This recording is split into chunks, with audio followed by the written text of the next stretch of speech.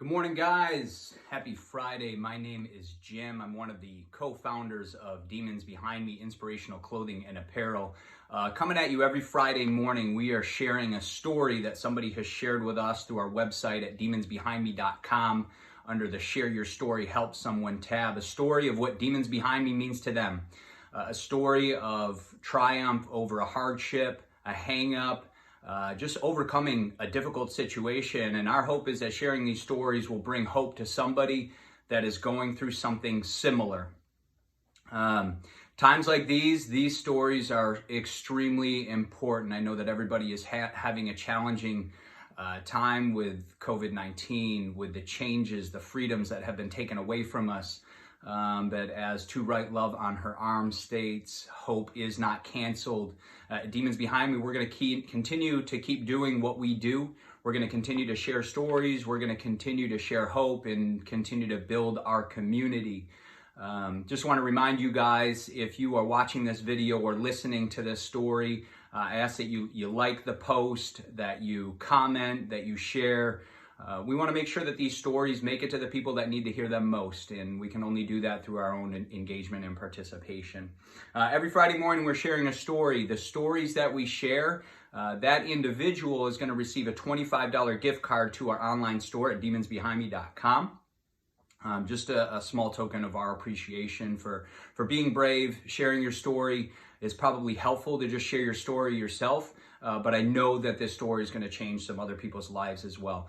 We got a great story today. It's a little bit longer story, so pop your earbuds in, your headphones if you're driving. Just sit back. It's a great story, and we're going to dive right into it. The story is by a young lady named Jessy. Counseling has the potential to change the world. This belief resonates deep within me. I am a graduate student at the University of St. Thomas in Houston, Texas, studying mental health counseling.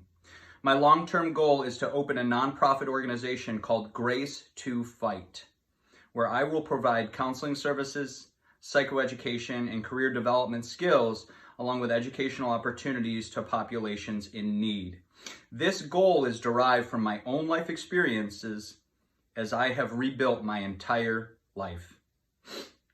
My journey began in my childhood. At age 11, I was placed into the foster care system, separated from my siblings. This was a major challenge in my life as I struggled to adapt to the system. I often ran away and did not attend school. I was on my own at 16 years old when my birth parents found me. I went to live with them in another state. They were living with my aunt and uncle in Tennessee. My aunt was an amazing role model to me and pushed me to obtain my GED, which was a major blessing in my life. Despite my wrong choices, she always saw light in me that I could not see for myself. After graduating from high school with a GED, I became pregnant with my first son at 17 years old. By the time I was 19, I had 2 children and no way to support them.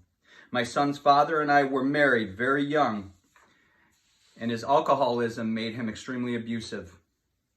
Most often, I found myself with 2 kids and nowhere safe to go. Their paternal grandparents pushed for me to allow them to adopt them and give them a life they deserved, with the promise that I could always be in their lives. This decision became the foundation in which my drug addiction was born. My downward spiral continued for approximately 6 years as I was in and out of jails and institutions. A few years later, I had another child named Kaylee. For the most part, she stayed with her paternal grandmother. This continued until I became pregnant with my 5th child, Grace, and Kaylee was just a year old. I found myself in Houston, Texas, with my life in shambles, having children I was not raising, and one more on the way. On July 23rd, 2010, I went to a rehab in Houston called the Volunteers of America, and the journey of healing finally began. I set out to rebuild my life one brick at a time. A year later, I had full custody of both my daughters and started to restore my relationship with my sons. I met my husband in a church in 2011. For the first time in my life, I experienced what love and acceptance felt like. A year later, my 3 siblings came from all over the United States to build a new life with me in Houston. My family was being pieced back together. My journey does not end there, however. In 2015, I began battling suicidal ideation. I had always struggled with mental illness. This was caused by trauma in my childhood and the genetic component of mental illness, as my maternal grandmother and both my parents have various conditions. I went to see a psychiatrist and was diagnosed with bipolar 1. I had received this diagnosis at 16 as well, while in a state-funded group home. I knew there was so much about me that still needed to change.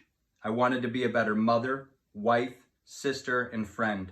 I sought to change my thoughts and behaviors using techniques from cognitive and dialectical behavioral therapy.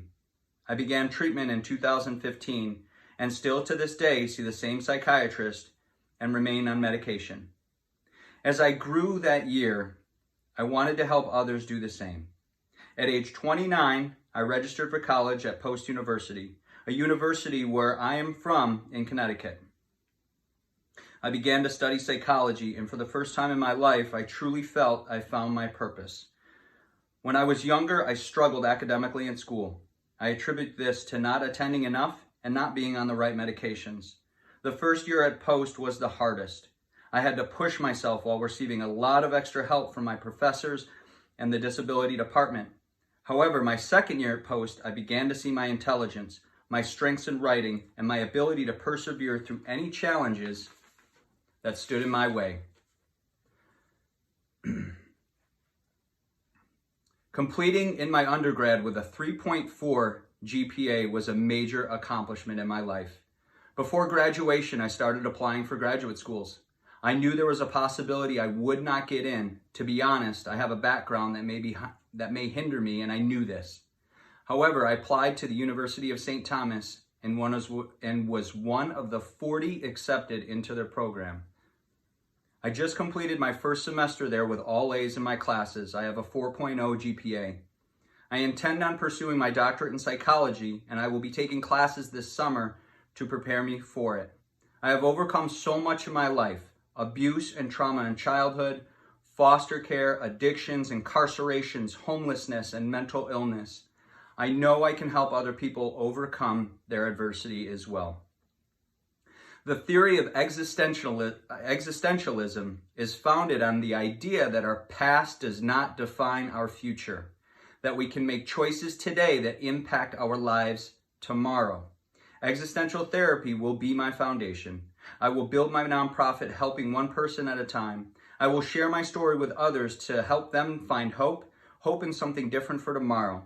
I will impact society by helping the ones who need it the most. I believe there is a purpose in pain. A strength can be found in all of us. I want to help others discover their strengths, purpose, and resilience.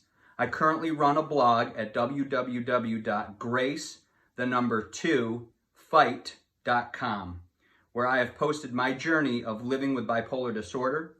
I also run social media platforms to spread hope and encouragement. I volunteer for the National Alliance for Mental Illness, NAMI.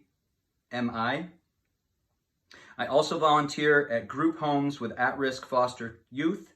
I share with them the mistakes I have made and how much easier my life would have been had I just stayed on the right path. I could have done so much more. I also go into local rehabs in Houston, in addition to the prisons, to share my recovery story and show them that anything is possible. I am a student, a wife to an incredible, supportive husband, and a mother to 8 amazing children. I am Jessica, and this is my story. Wow, Jessica, this is an awesome story, and it touches on so many things that are so important. One, I think, is never give up. Even when things seem like there's no way out and there's no good that's ever going to come of it, never give up. Keep doing the right thing. Keep moving forward. I also want to touch on another thing. There may be a lot of listeners that may not have a similar story or may not have a story like this to share. And that's okay, because it's so important for you all to be listening, because somebody's going to need your ear. Somebody's going to need you to listen to their story, to be empathetic to their situation, because you can be their beacon of hope. You can be somebody's light that they need to understand that things are okay and that things can get better. Jessica, thank you so much for sharing your story. Wow, never give up. keep moving forward. After one hurdle comes the next, and after the next comes the next, but you kept moving forward, and that is so awesome.